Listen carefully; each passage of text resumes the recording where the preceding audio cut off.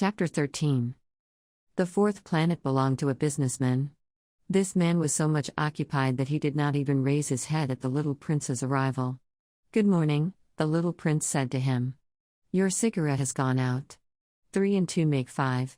5 and 7 make 12. 12 and 3 make 15. Good morning.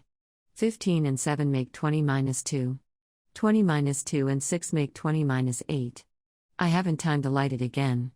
20 minus 6 and 5 make 30 minus 1. Phew.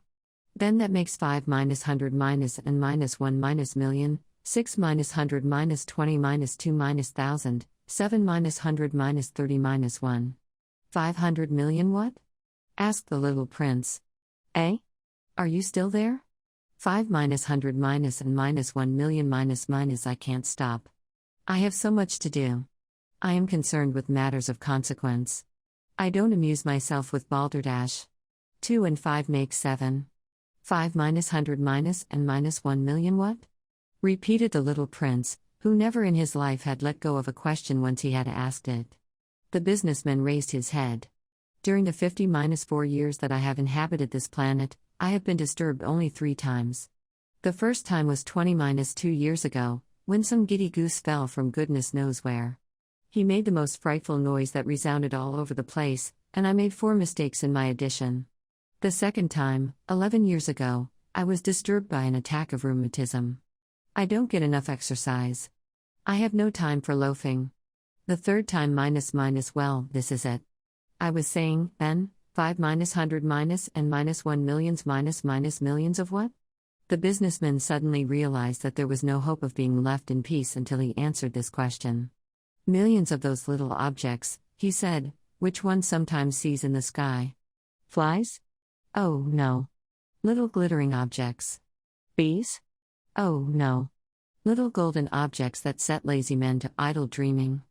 As for me, I am concerned with matters of consequence. There is no time for idle dreaming in my life." "Ah. You mean the stars?" "Yes, that's it. The stars. And what do you do with 5 minus 100 millions of stars? 5 minus 100 minus and minus 1 million, 6 minus 100 minus 20 minus 2,000, 7 minus 100 minus 30 minus 1. I am concerned with matters of consequence, I am accurate. And what do you do with these stars?" "What do I do with them?" "Yes. Nothing. I own them." "You own the stars?" "Yes. But I have already seen a king who minus kings do not own, they reign over. It is a very different matter. And what good does it do you to own the stars? It does me the good of making me rich. And what good does it do you to be rich? It makes it possible for me to buy more stars, if any are ever discovered. This man, the little prince said to himself, reasons a little like my poor tippler. Nevertheless, he still had some more questions. How is it possible for one to own the stars? To whom do they belong? The businessman retorted, peevishly. I don't know. To nobody. Then they belong to me, because I was the first person to think of it. Is that all that is necessary? Certainly. When you find a diamond that belongs to nobody, it is yours. When you discover an island that belongs to nobody, it is yours. When you get an idea before anyone else, you take out a patent on it, it is yours. So with me, I own the stars, because nobody else before me ever thought of owning them. Yes, that is true, said the little prince. And what do you do with them?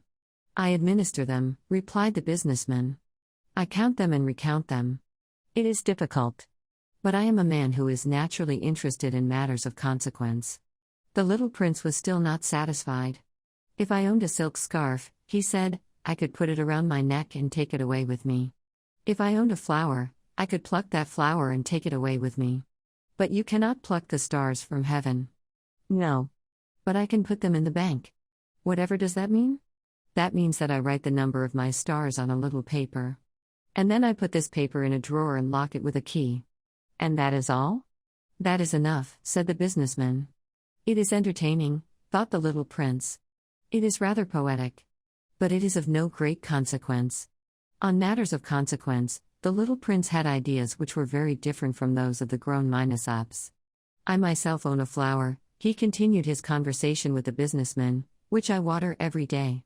I own 3 volcanoes, which I clean out every week, for I also clean out the one that is extinct. One never knows. It is of some use to my volcanoes, and it is of some use to my flower, that I own them. But you are of no use to the stars." The businessman opened his mouth, but he found nothing to say in answer. And the little prince went away. "The grown minus-ups are certainly altogether extraordinary," he said simply, talking to himself as he continued on his journey.